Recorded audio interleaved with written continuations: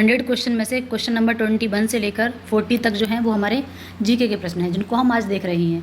निम्नलिखित में से कौन सा कथन सत्य है? आपको 2 ऑप्शन दिए।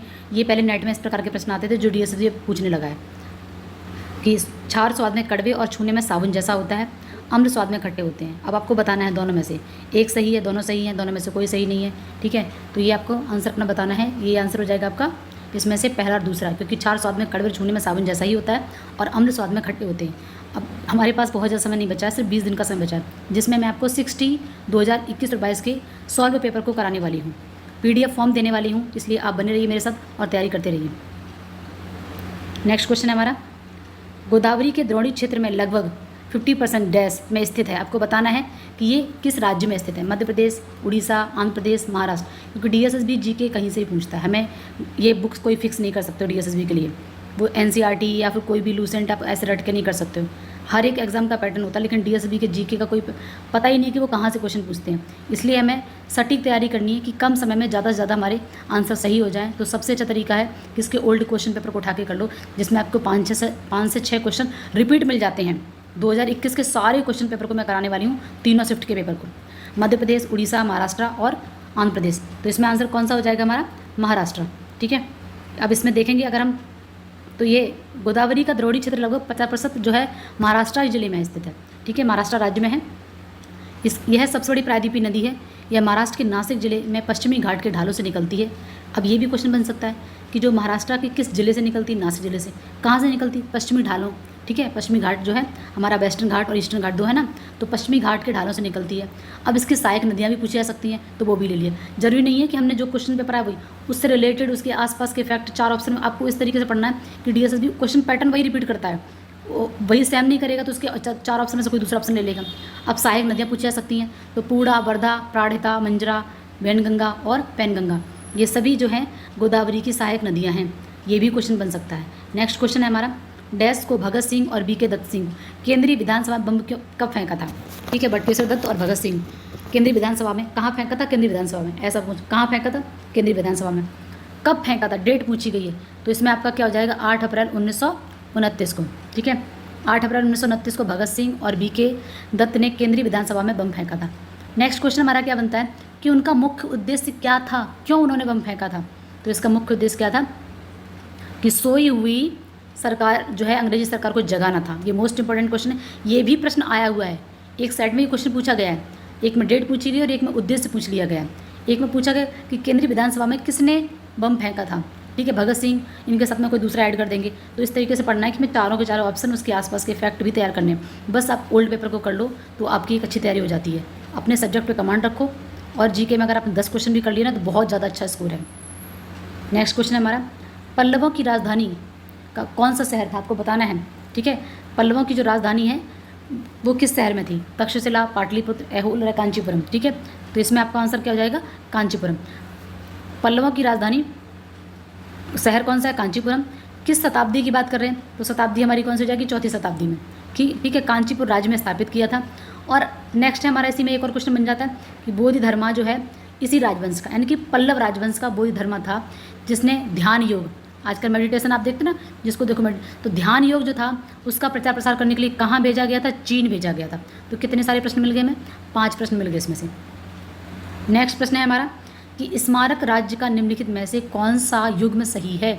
मरियम उज जमानी का मकबरा उत्तर प्रदेश में है, फ्रेंच वॉर मेमोरियल गोवा में है।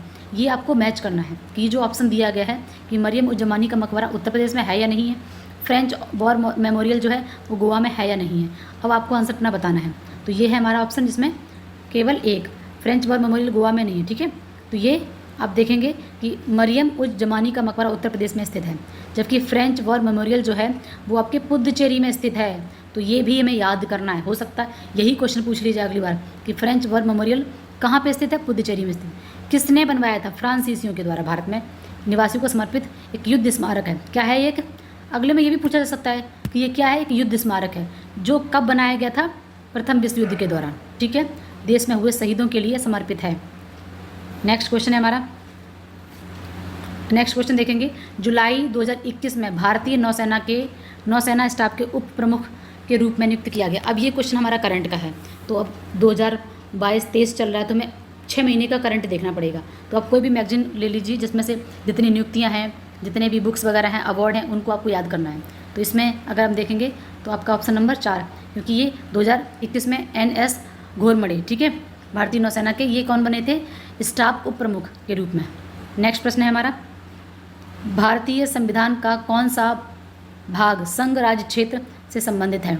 अब एक प्रश्न मैं आपको बता रही हूँ, यहाँ से DSS भी हर बार क्वेश्चन पूछता है, आपको नोट डाउन कर लेना, साथ साथ कुछ टॉपिक पता चल जाते हैं ओल्ड पेपर से, जिसमें से पेपर हर बार आता है, क्वेश्चन आते हैं, तो उन टॉपिक को हमें पूरा सटीक पढ़ना है। जैसे भारतीय संविधान में से हमें भाग पढ़ने हैं कि भाग 1 में क्या है, भाग 2 में क्या है, भाग 3 में क्या है, मोस्ट इंपॉर्टेंट है। अमेंडमेंट पढ़ने हैं, कुछ आर्टिकल पढ़ने हैं, राष्ट्रपति इन सब की नियुक्तियों के जो आर्टिकल है वो भी हमें याद करने हैं।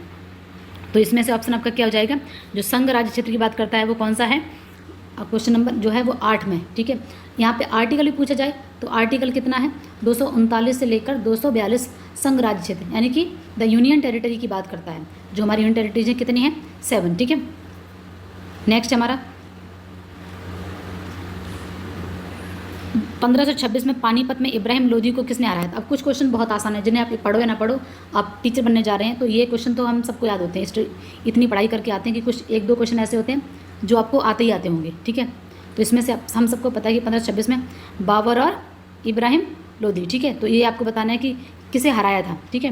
पानीपत का प्रथम युद्ध जो था 1526 में पानीपत के निकट, बाबर ने दिल्ली के निकट लोदी वंश के सुल्तान इब्राहिम लोदी को, ठीक है, इब्राहिम लोदी और बाबर के बीच में हुआ था, जो बाबर के द्वारा 4 युद्ध लड़े गए थे। 1526 में याद करने की ट्रिक क्या है, पानी पिया 26 में उसने, ठीक है, उसके बाद 27 में खाना खाया, 28 में चाय पी और 29 में घर गया। तो चंदेरी का युद्ध, घाघरा का युद्ध, ठीक है, इस तरीके से हम 27 वाला, ठीक है, घाघरा का युद्ध, 28 का चंदेरी का युद्ध, इस तरीके से आप ऐसे याद कर सकते हो, ठीक है। नेक्स्ट क्वेश्चन है हमारा, निम्नलिखित में से कौन सा नृत्य, ये मोस्ट इंपॉर्टेंट है, यहाँ से एक क्वेश्चन आपको पूछा जाता है नृत्य, और ज़्यादातर ये साउथ और नॉर्थ इंडिया के क्वेश्चन होते हैं। जितने भी नॉर्थ इंडिया के नृत्य हैं, वहाँ मेले हैं, उनको हमें याद करना है, वहाँ से क्वेश्चन बनते हैं। और ओल्ड पेपर अगर कर लेंगे तो ऑलमोस्ट सारे कवर हो जाएंगे। ऐसा तो नहीं कि वो नए बन गया तो वही है, ठीक है, रिपीटेड है, तो आप आराम से कर सकते हो। तो यहाँ पर ऑप्शन दिए गए हैं कच्चीपुड़ी, कथक, भरतनाट्यम और कथकली। तो कच्चीपुड़ी जो है वो कहाँ का है, कच्चीपुड़ी हमारा आंध्र प्रदेश का, कच्चीपुड़ी आधी आंध्र प्रदेश आधी, ठीक है। इस प्रकार भरतनाट्यम तू मिलना, ठीक है, भरतनाट्यम में क्या आ जाएगा, तू मिलना, ठीक है, भरत तू मिलना तमिलनाडु, और कथकली केरल का है, कथकली केरल का। ये सभी दक्षिण भारत के नृत्य से समझ, जबकि कथक जो है वो उत्तर भारत का एक शास्त्रीय नृत्य है। नेक्स्ट क्वेश्चन है हमारा, निम्नलिखित में से कौन सा वृक्ष उष्ण कटिबंधीय सदाबहार वनों में नहीं पाए जाते हैं, ठीक है। जो उष्ण कटिबंधीय सदाबहार हैं आपको बताना है। ये अगर आप 7th क्लास का, ये वाला जो क्वेश्चन दिया गया NCERT 7th क्लास की बुक से दिया गया है, ठीक है। चैप्टर जो है आपका लेसन नंबर 5 या 6 होगा, जिसमें दिया गया है, भी मुझे ठीक से याद नहीं है कौन सा लेसन है, वहाँ पे ये दिया गया है। तो मतलब उनको पता नहीं है वो कहाँ से क्वेश्चन उठा लें। तो NCERT अगर आपने पढ़ी है या पढ़ रखी है तो उसमें से कुछ क्वेश्चन जो साइड में फैक्ट लिखे रहते हैं मोस्ट इंपॉर्टेंट है, अगर आप पढ़ सकते हैं, क्योंकि अभी समय बहुत कम रह गया हमारे पास, तो आप उनको पढ़ सकते हो, अदरवाइज ओल्ड पेपर करके अपना कर सकते हो। सॉरी, बांज, सहर, बबूल, ठीक है, वृक्ष उष्ण कटिबंधीय सदाबहार वनों में पाए नहीं जाते हैं, जबकि रोजवुड, ठीक है, रोजवुड, आवनूस, महोगनी, ये जो हैं उष्ण कटिबंधीय सदाबहार वनों में पाए जाते हैं। नेक्स्ट प्रश्न है हमारा, मध्यमंडल के संदर्भ में निम्नलिखित में से कौन सा सही है। यह वायुमंडल की तीसरी परत है। दूसरा ऑप्शन इसका, अंतरिक्ष के प्रवेश करने वाले उल्कापिंड इसी परत में आके जो हैं वो जल जाते हैं। तो आपको अपना आंसर बताना है। तो ये दोनों ही कैसे हैं, सही है, ठीक है। जैसे देखेंगे कि जो मध्यमंडल है वायुमंडल की तीसरी परत है। वायुमंडल की परतें 5 हैं जो हमें याद करनी है, ठीक है। सबसे पहले क्षोभ मंडल, समताप मंडल, मध्यमंडल, आयन मंडल, बहिर्मंडल, इस तरीके से हमें पाँचों के पाँचों जो है परतें याद होनी चाहिए। ये भी आपकी NCERT से लिया गया, 6th क्लास में है ये, ठीक है। जिसमें क्या पूछा कि इसकी ऊंचाई पूछी जा सकती है 50 से 80 किलोमीटर तक होती है। इसमें तापमान अचानक पहले गिरावट आती है, फिर, ठीक है, अंतरिक्ष से प्रवेश करने वाले उल्कापिंड इसी परत में आके जल जाते हैं। ये सारे के सारे प्रश्न हैं आपके। मध्यमंडल सीमा तापमान में गिरकर -100 डिग्री तक पहुँच जाता है, जो कि वायुमंडल का न्यूनतम तापमान है। अब ये देख लीजिए, इतने सारे प्रश्न इसमें दिए गए हैं। नेक्स्ट हमारा, एक तत्व की परमाणु संख्या, ठीक है, आपको बतानी है कितनी है, ठीक है। Proton, electron plus neutron, proton और न्यूट्रॉन प्लस प्रोटॉन। तो इसमें साइंस, जीके का मतलब साइंस, हिंदी, इंग्लिश कुछ भी पूछा जा सकता है, ठीक है।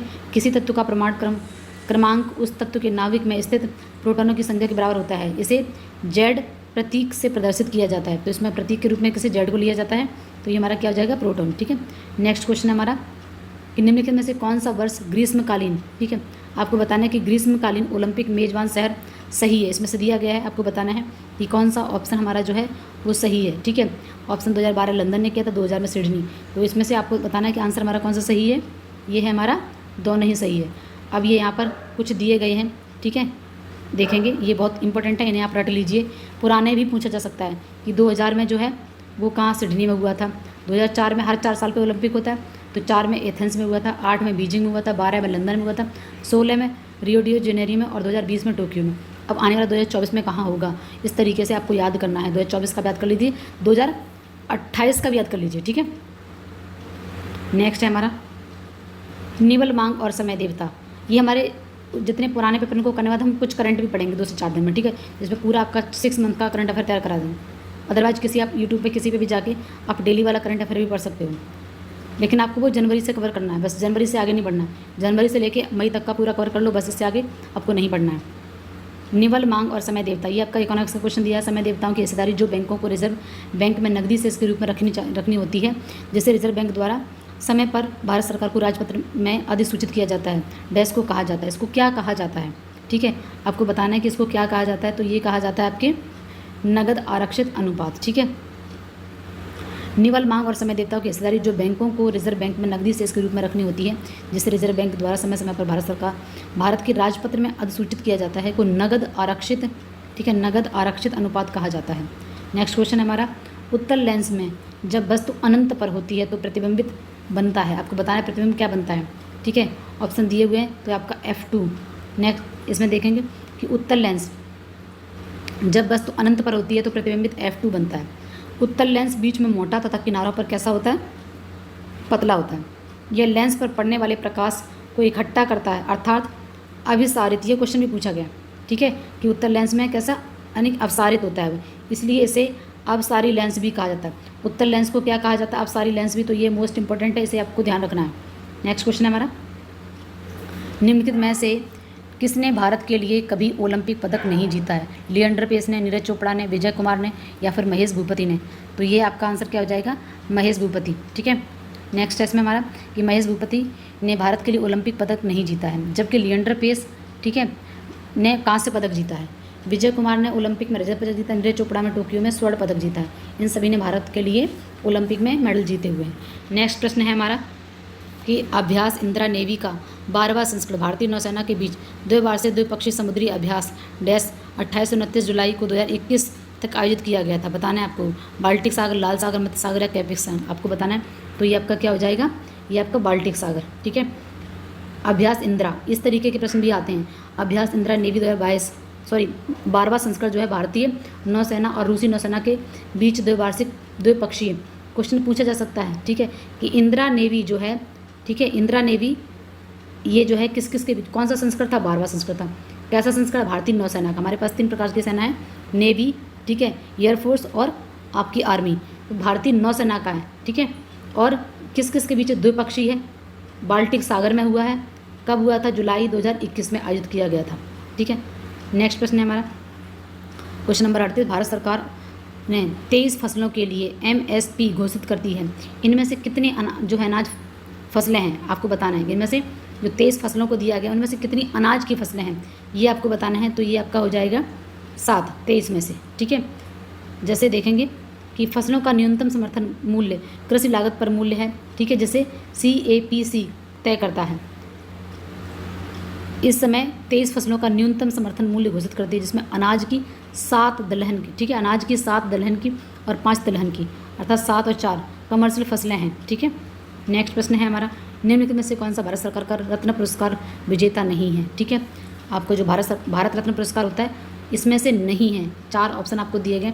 भारत का सर्वोच्च जो पुरस्कार होता है वो कौन सा होता है, भारत रत्न पुरस्कार। तो किसको नहीं मिला है, श्री है ना, पंडित रविशंकर को, अटल बिहारी वाजपेयी को, महेंद्र सिंह धोनी को, प्रणब मुखर्जी को। तो ये हम सबको पता है कि महेंद्र सिंह धोनी को भी नहीं मिला है, बाकी तीनों लोगों को मिल चुका है। इस प्रकार से हमने आज का ये क्वेश्चन जो है कंप्लीट कर लिए हैं। और ये हमारा आज का अंतिम क्वेश्चन है, भारतीय संविधान का कौन सा अनुच्छेद राज्यपाल की पदावधि से संबंधित है। आपको राज्यपाल, राष्ट्रपति, प्रधानमंत्री इन सब की जो आर्टिकल हैं, अनुच्छेद हैं, उनको याद करना है अच्छे से। तो आपको बताना है इसमें से। तो ये है आपका 156। भारतीय संविधान अनुच्छेद 156 राज्यपाल की पदावधि से, ठीक है, संबंधित है। राज्यपाल राष्ट्रपति के प्रसाद पर्यंत पदार्थ करता है। राष्ट्रपति जब चाहे उसे हटा सकता है।